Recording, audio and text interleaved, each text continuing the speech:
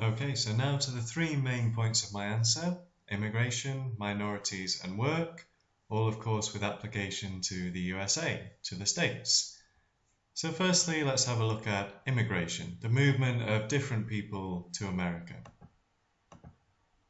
I'm going to talk about two different groups. The first, of course, you have discussed in class, were the original Pilgrim settlers from England. So they left England for America in the 17th century. Why? Well, they were seeking religious freedom. They didn't have the freedom to practice their religion at home, and so they gave up their lands, their homes, to seek a new place, a new land, with greater religious freedom. For this, they had to give things up. Like I've just said, they had to give up their homes and their past life for the chance of a new life in a new land. Remember always, spaces and exchanges. Are you personally giving up something for something else, as well as just talking about the spaces involved? When they arrived in America, they encountered the native North American tribes. And as you have seen in class, and as you have seen from the text, they had the first Thanksgiving together with the native tribes in 1621, as depicted in paintings showing the event of the settlers and the natives together. So their landing in the end was successful, and they built the States, they built the United States of America. And Thanksgiving is of course still celebrated today. So they were the original immigrants, and America really overall is a nation built on immigration, built by immigrants, from the original settlers to modern immigrants today, which we're going to look at next. So modern Latin American immigration in particular. Unlike the European settlers, many modern immigrants from Latin America leave their homes and go to America seeking a job rather than religious freedom.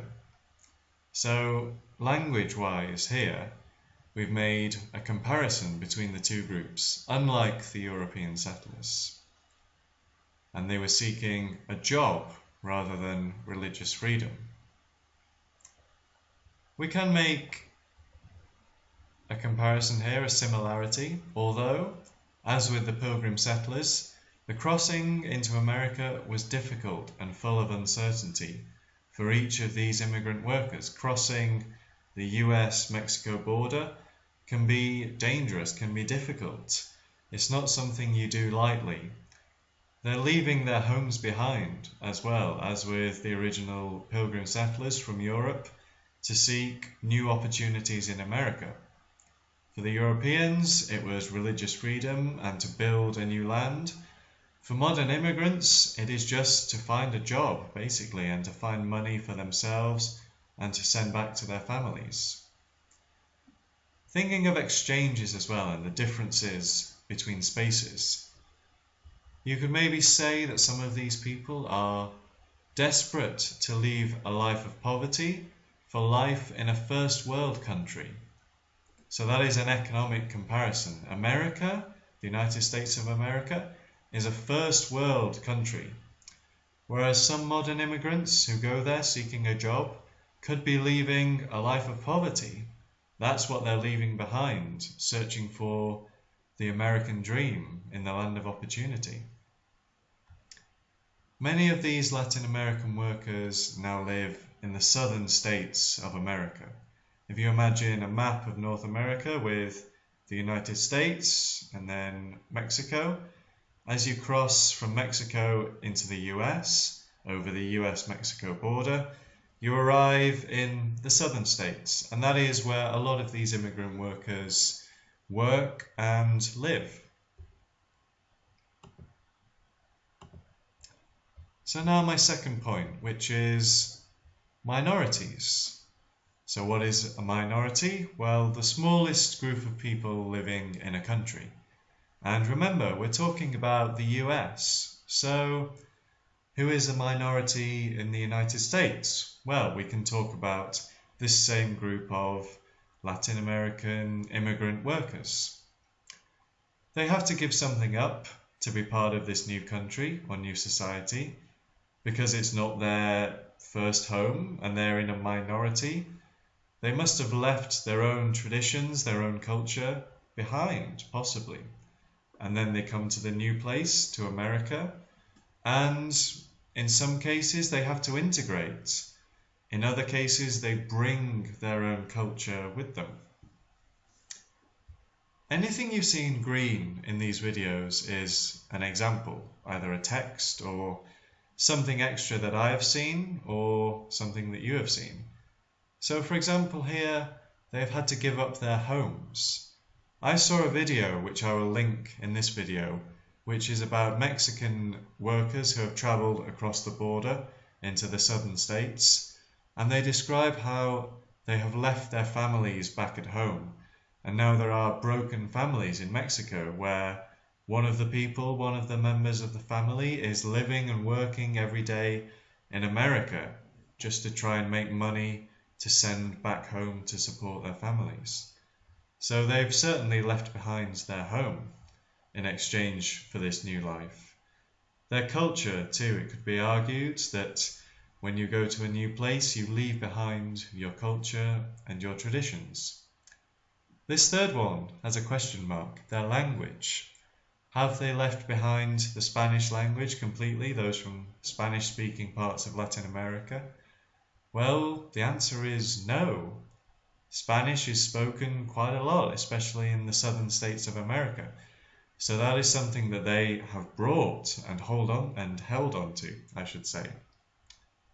Now this is an example here, real women have curves, which I haven't seen and you have. So you can apply this, if you wish, to this topic, to this answer, by discussing what you have learned about moving to America, the differences in cultures, what it is like to live as a minority.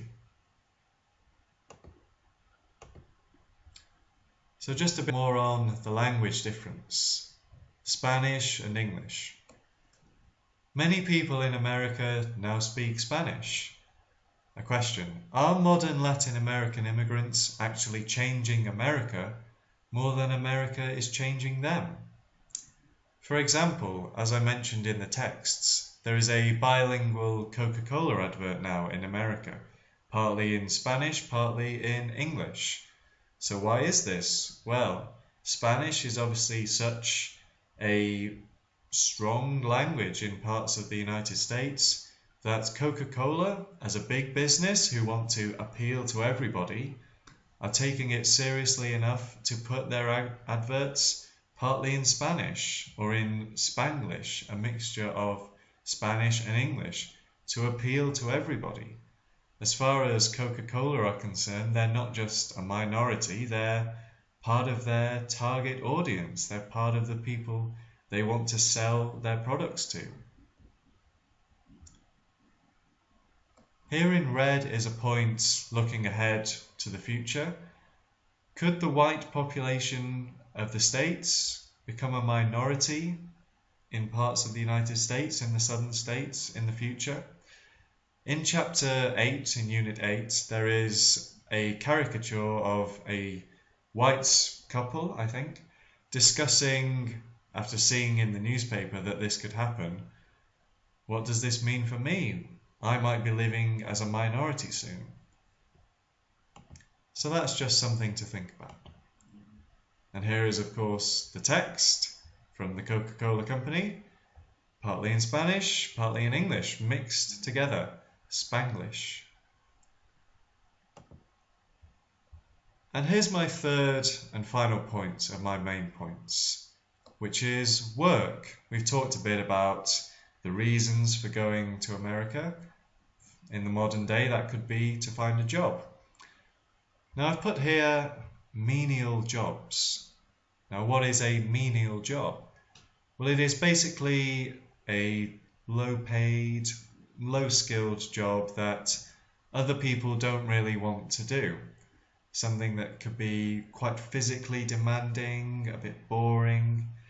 These are the jobs that many of these immigrants end up taking in America. So let's have a read. Although America is the land of opportunity, today it has a two-tier system regarding jobs.